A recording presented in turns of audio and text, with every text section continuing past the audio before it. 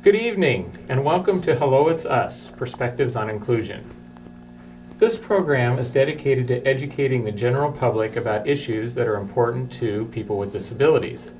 And it's our premise that you will discover that those very same issues are important to everybody, since people with disabilities are an important part of the general public. Hello, It's Us, Perspective on Inclusion is brought to you through a collaboration between the University of Iowa Center for Disabilities and Development, our friends at Uptown Bill's Coffee Shop, and the good people here at Public Access TV. My name is Mike Hoenig. I work at the Center for Disabilities and Development and serve as one of the co-hosts for Hello, It's Us. Keith? I'm Keith Ruff, the other co-host, and I'm retired and writing a book, but I do advocate for disability issues as much as possible. Great. Well, we're really excited to welcome back Derrick Willis. Derrick was with us last week.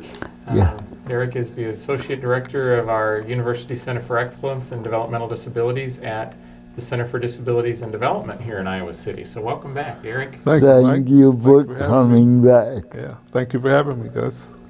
How about giving us a refresher on a little bit about your background, and why don't you throw in a little bit about how you got interested in working with people with disabilities as you do that? Yes, I am, I've been in the field for 32 years. I started off at a psychiatric residential treatment center for kids 6 through 12. Went to a local nonprofit that was an alternative education center that was taking kids who had been kicked out or pushed out of traditional education systems. From there, I went to the Department of Mental Health, which is a state agency in the state of Missouri. And in that department, we had comprehensive psychiatric services, drug and alcohol services, and developmental disability services. And from there, after 11 years in that system, then I went to Missouri's UCED, the University of Missouri at Kansas City Institute for Human Development. And so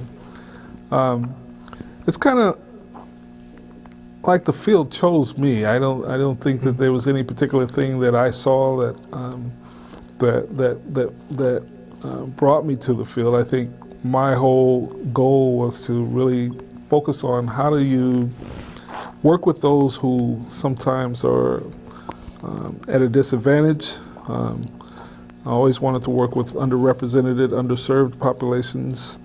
I've always liked to create opportunities where I know the potential was there, but just needed someone to guide them, to identify resources for them and give them a sense of direction. And so I like to say that the field kind of chose me. And I think as I look back over my career, the reason why individuals were in some of these psychiatric residential treatment centers was related to disability. The reason why they had dropped out of school was because people didn't recognize how to properly educate and provide opportunities for them or accommodate their needs and their different learning styles. The reason why people were accessing services was because of the situations that they were being in. And I look at disability as natural. I think if we live long enough, either through illness or accident or just the aging process, the likelihood of us becoming a person with a disability is very high. And so I just think of disability as natural, and so I've always wanted to work with people, and that just becomes a part of the work. Yeah. I like it. Do you know Kathy Snow? I love Kathy Snow. Heard her several times, and that is her thing. It is natural, that's for sure. And she lives it every day. Yeah, every day. Amazing. Yeah. We ought to try to get her on the show sometime. I think that would be an awesome guest for you. Yeah, for sure. Derrick, I'm interested in to find out what you found when you had those community conversations. Yeah, It's been interesting. I think it was important for me as being new to the state of Iowa that I get out and I visit different areas of the state to get a general sense of what are the needs of individuals in the state of Iowa. And I think that what I've found is that those conversations have been very helpful. We had 5 areas that we primarily focused on, but we also give people the opportunity to talk about things that are just of interest to them if they didn't fall in those 5 areas. Well, we focused on education, the needs related to education and lifelong learning, health and wellness, and what does that look like for folks, and what is it that we can do to help create an environment that they feel comfortable in. Transportation, and every time you say the 5, you always kind of forget some of them. But employment, of course, is always a big thing when you're talking about individuals with disabilities. And then there's one other Community area. living. Community living, Yeah. exactly, and housing. And so through those conversations, there's certain things that has emerged, and one of them was just around choice. And I think that individuals really believe that in some ways, the direction that we're moving in, that their ability to make a choice is limited, whether it's related to housing, whether it's related to education, whether it's related to employment. And so that's one thing that's been loud and clear. The other thing has been just the opportunities for individuals with disabilities to participate in things that are recreation related. And how do you create more opportunities within existing resources and existing centers, and how do you help those centers and those recreation facilities become more accommodating and supporting. We've also heard loud and clear that the ability to socialize and to engage in recreation, not only recreation, but just socialization experiences are limited, and wanted to see more activities in those. Transportation, of course, is always an issue. They feel like there is transportation, but it's limited in terms of hours of operation, and then in some locations, on the weekends, transportation was not even available. Yeah. And stuff, and so we're hearing all of those things that really are helping us kind of determine the areas of focus as we are beginning to write a 5-year plan to address some of the areas. Not saying that we can address all things, but it does give us a sense of where we can kind of focus some of our efforts and develop relationships and partnerships with folks that can help us make changes for individuals with disabilities. That could be a major reason why a lot of people with disabilities migrate to metropolitan areas. Yeah. Certainly your metropolitan areas, in many cases, have more resources, but you also find that there still are similar barriers. Yes. And sometimes it is difficult to get transportation in major areas as well. Sometimes where they're more populated, you also see waiting lists of folks to get engaged in things. So the major areas often have more resources, but it doesn't solve the problem just because of there's more resources. Sometimes it creates more issues. I think to kind of make sure that people know where we're coming from with these community conversations, this was an idea that Julie Christensen, who Derrick mentioned, who was interviewed about a year ago, I think now, our director, and you, Derrick, I'm sure you had a lot to do with this as well, conceived to really get out into the communities. In the past, we've certainly gotten input from people with disabilities as we develop our 5-year plan.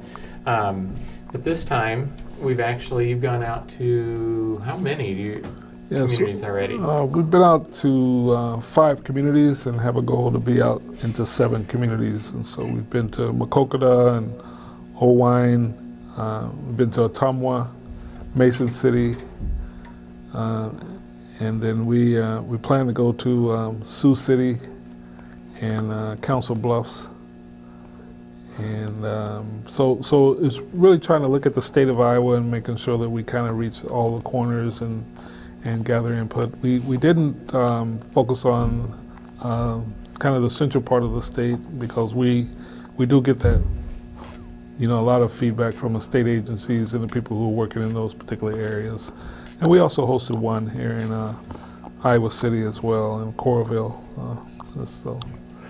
One of the things that I've heard, just in, and obviously not all the feedback is in, but one of the pieces of feedback that I've heard is that the people that you reached out to, excuse me, were very grateful that that you did the community outreach, because the comment was that we don't usually get people coming out to hear from us. Yeah.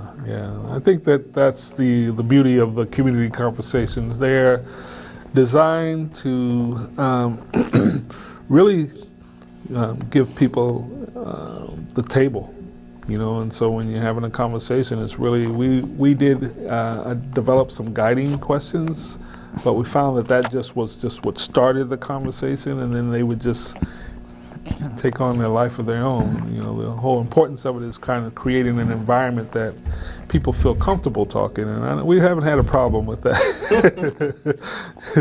But yeah, certainly giving family members and individuals with disabilities the opportunity to voice their what does success look like in their lives, and then helping us understand what are the resources that will be helpful for them to be successful in those areas. I think has been good for us to hear. So far, Derrick, what has the main issue been? It's hard to say a main issue, I think, but certainly, again, transportation kind of cuts across all of the areas, whether you're talking about recreation, whether you're talking about education, whether you're talking about employment. Employment is a hot topic. I think that there's, with some rules like the home and community-based services rule, and looking at issues related to individuals being in a least restrictive environment. There's a push for employment to be competitive, integrated employment with minimum wage as a minimum in terms of pay. And all of those things sometimes kind of, it's about a change, it's a change in philosophy.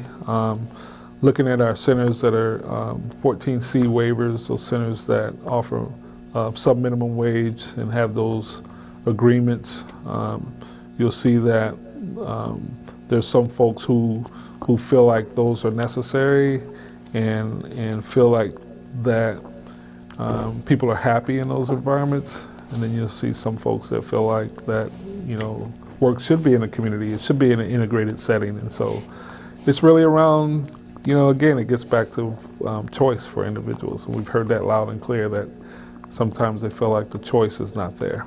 Okay. You mentioned that same earlier you talked about recreation, and I suspect that same conversation was had at some of those conversations, and if it wasn't, I mean, that's a controversial one too, because you have things like special camps, and you have Special Olympics and things like that, and some people feel like that's segregated, but others say, well, if they didn't have those opportunities to have fun and to have recreation, they wouldn't have any, because sometimes it just doesn't work for folks to be involved in regular activities. Mm-hmm. And some people prefer to have it being segregated as well. And so, again, I think we have to be aware of it and accommodate both and have choice again, So. Well, let's take a step back. I'm interested, I think it's really fun to learn from people from other states and how every UCED and every service delivery system is set up somewhat differently. So I'm interested in hearing and having our viewers hear a little bit about some of the projects that you worked on in Missouri, and I just happen to know that you did a radio or a TV show or radio. So I'd like to hear a little bit about that too, and kind of compare how how this works and Yeah. how it worked back there. Yeah. I was fortunate enough to be in a position where I was asked to co-host a show similar to what you guys are doing. It was called Positive Profiles, Missouri Style. And we did similar things. We wanted to make sure that we highlighted the things that were positive, that were happening in the community, that impacted the lives of individuals with disabilities, and educate the communities, and use that as a platform to get messages out and to create these opportunities that were more supportive and accommodating to all people. And so that was one, that was when I worked at the Department of Mental Health. But my work at the UCED primarily focused on underserved, underrepresented populations, particularly youth from urban areas that were in their ages of transition, where they were really beginning to think about what are the things that they wanted to do in their lives beyond high school. And so we started working with young people in high school, doing work related to self-determination. I ran a Summer Transportation Institute, which is a funding stream from the U.S. Federal Highway Administration that was a kind of a career exploration. It really, and it was what I consider a pipeline program where you take young people and you kind of track them throughout their high school experience and provide resources along the way when they feel like they need support and resources. And we bring them on our campus. It was only a day program. We didn't want to do residential where we kept them 24 hours a day. Right. But it was something that was effective in that we would give them a college experience. They would also get a field experience where they would go visit a lot of businesses and resources and get a better understanding of what it would take to become a leader in those particular areas. And they also, it was where they got an opportunity to develop social capital among themselves with individuals with disabilities, individuals without disabilities. Oftentimes, they had pretty much lived separate lives, particularly in schools. When students were in special education, they were separate from general ed and those kind of things. And so we just wanted to create an opportunity where we had diverse representation from rural, urban, suburban, individuals from different ethnic backgrounds, with disabilities, without disabilities, girls, boys, and in all ages, from middle school to high school. So that was, again, a lot of the work that I did just kind of built on that whole transition phase for individuals and really helping them think about employment and what their lives would look like beyond high school. What were the major results of that? Man, we really don't know because we didn't set a solid framework around that. I did hire a couple of grad students that worked with me on tracking the students, and we did find that we had students that went on. One was a pilot at U.S. Airlines. Wow. I had several that were chemical engineers, civil engineers. I also took some of those students that had went to college for 2 years, and I would bring them back and I'd hire them and have them help me. So I was able to track a number of them, but over the years, I think when I left, I had completed the 14th year of that experience. And I had over 289 students, somewhere around there, that had gone through that. And I was able to track about 60 of them, but from that experience, I did see that a lot of them were and used that experience to propel themselves in their career and their education and everything. And I did have one student that went to Lehigh University in Pennsylvania, went on to go to Penn, University of Pennsylvania. We got a graduate degree. Was working for an engineering firm in New York. He was an environmental engineer and doing well. So I had a lot of those positive stories that were out there, but just I wish I could track more, I guess.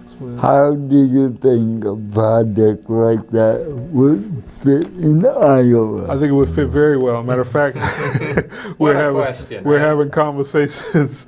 We're having conversations now with Iowa Department of Transportation and the federal highway representative that's here. There's a program in Eastern Iowa, I believe it's in Eastern Iowa Community College in Davenport that's running something very similar. But that doesn't mean that we can't have more, you know. Okay. So I have a team that is helping me think about the development of something like that here as well. It's exciting to think about. I know that, and I think Missouri had one of these too. Iowa has a youth leadership forum. Yes. And they bring students on campus for, I guess it's a week. And it's focused around leadership and advocacy, but a lot of the same principles where you're talking about people getting to know one another and kind of breaking down those barriers. That program does happen to be all focused on people with disabilities. So it must have been interesting to bring people with and without disabilities together to learn from one another. And probably, I would guess over the years that you had some issues where people without disabilities had to learn some accommodation skills and, you know, how to make sure it was going to work out for everybody. Yeah, I think to me, every year was different, and I've seen some amazing things. I've seen both people with disabilities and individuals without disabilities grow. And it's amazing to see the relationships that are developed, and kids didn't care because they just saw them as an individual. And I had several incidents where students from other programs that we would meet in the cafeteria when we would eat lunch and stuff, they might say something about a student with a disability, and our students would step up and say, hey, you know, that's not cool. Good. And it would be things that I wouldn't even have to do but they kind of took on this nurturing approach, and every year was just magical. How it's amazing what'll happen when you put young people together for a period of 4 weeks and give them the opportunity to grow and learn and kind of get out of their way, you know. And yeah, so I have wonderful memories of that, and really like to see us here in Iowa build on some of those opportunities as well. And I think the overall exposure that we have now is doing our cause very well. Yeah, for sure. I think that's that message that you said, excuse me, about people with disability, or the kids without disabilities just jumping in naturally. This is just something to brainstorm about. I don't know if you'll have any answers to this, but you know, you'd think, because most schools are integrated now, or at least, you know, to a point, and you'd think that we'd be able to we would have gotten beyond some of the bullying and some of the stigmatizing and all that kind of thing that obviously, you know, you still witnessed firsthand. And what do you think it's going to take, or what? I mean, I know there are all these anti-bullying programs out there. I don't know how much they address people with disabilities, but clearly we have a ways to go. Yeah, I think when we still have segregated environments, it doesn't help, because individuals don't learn how to get along, and individuals don't learn how to socialize. It's just like segregated communities as well. I think the more that we blend, the more that we have experiences and opportunities to dialogue and to break down some of those barriers and to ask questions, you know, and to know that it's okay to ask questions that will lead to a better understanding, I think, is the direction that we need to go, is always the direction that we wanted to create. But we also made sure that students knew that, you know, that each individual brings something to the table, and just because an individual had mobility issues or an individual was nonverbal, you know, one of the most positive communicators that I had was in my experience there was a kid who was nonverbal, and he communicated better than anybody. And it was just those kind of experiences that people have the opportunity to have and to grow from. I think, you know, just creates it and makes it a better opportunity.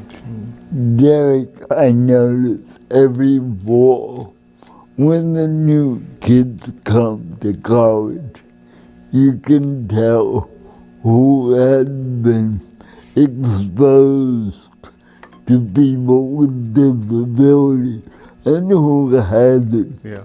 And I think that's the problem with the rural state, because not many disabled people live in rural areas.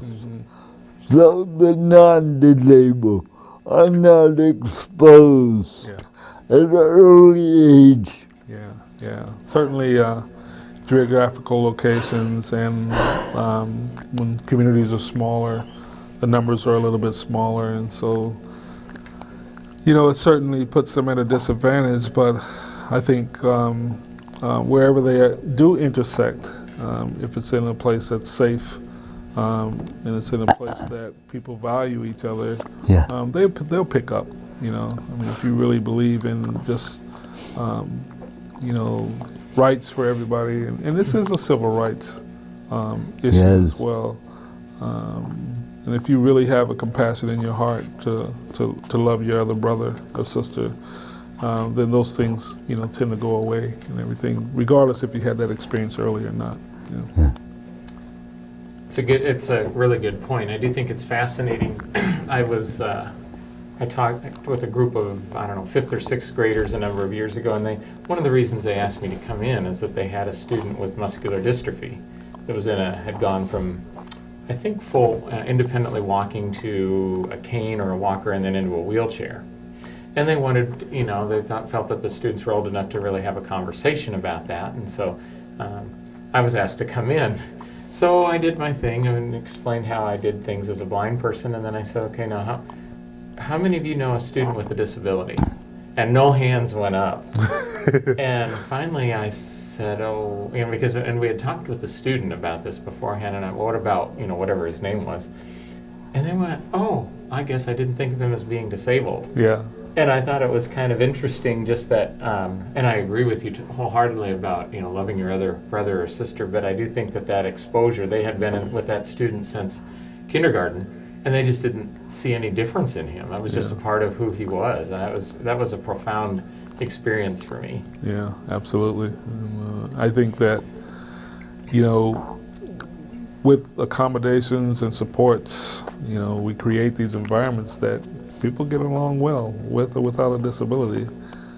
And again, assistive technology now is amazing. I mean, if we were talking about a font size, and if I have something that's below a 10 font size, I become a person with a disability. And then I put the glasses on, and assistive technology allows me to read, So Pretty amazing. it's just really how do we set up the accommodations and supports that allow people to thrive in the particular environments and stuff. So. Absolutely. 3 minutes. Well, we always like to kind of conclude just with asking where you see things headed, whether it be with the UCED or just policy, but if you have some thoughts in the next few years, where you see things heading, either within the Iowa UCED or even just nationally, some of the things that are going to be priorities and focuses. Yeah, I think starting at the national level, I hope that elected officials learn how to look at things, put down the party lines, and really learn how to look at things and take in consideration the things that we know are important for individuals and in the civil rights, particularly for individuals with disabilities. And how do we create legislation that allows people to have choice, like we talked about before. Yeah. If they want to live in the communities, live in the communities. If they want to live in a home that has roommates, allowing that to be, and us not dictating, what people's lives should be like. From our perspective in the state of Iowa and our UCED, I would just love to see us, as we're doing now, continue to respond to the needs of individuals across the state. I don't think that, we just started community conversations, but I don't think those should ever end. I think our goal is to always have a understanding of what are the things that people feel are necessary for them to live successful and happy lives, and how do we develop relationships and partnerships with others that can help us create environments that are supportive and accommodating for all people. It's terrific. So, As community-oriented guys here, I think we both concur 100% with Yes. that. absolutely. Yes. And with that, I can't believe it that our time is running out. Are you kidding me? No. Already? Yes. So we just want to again, or I'll let Keith speak for himself, but I want to thank you, Derrick, for taking your time out to visit with us, and it's been a really fun discussion. I've learned a lot about you today, and really look forward to continuing to work with you and create a lot of new activities and programs here in Iowa. I just want to thank you for your insight in bringing it to Iowa. Thanks, Derrick. Thank you. And Good luck.